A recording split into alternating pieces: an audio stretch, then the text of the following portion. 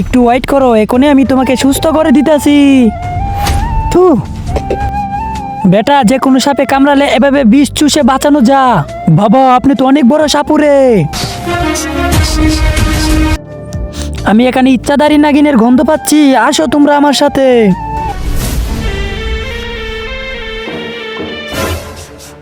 গন্ধ তো এখান থেকেই আসতেছে, তার মানে নাগিন এখানেই আছে। ভালো করে খুঁজো। বেটা, তুমি এখানে হাকু করতেছো নাকি? হ্যাঁ, হাকু করো তাহলে। চলো আমরা অন্যদিকে খুঁজি।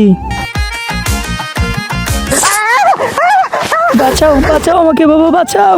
সাপে আমাকে কামড় দিছে। কোনো ব্যাপার না বেটা, আমি বিষ চুষে তোমাকে ঠিক করে দেব। কিন্তু সাপে কামড় দিছে কোথায়?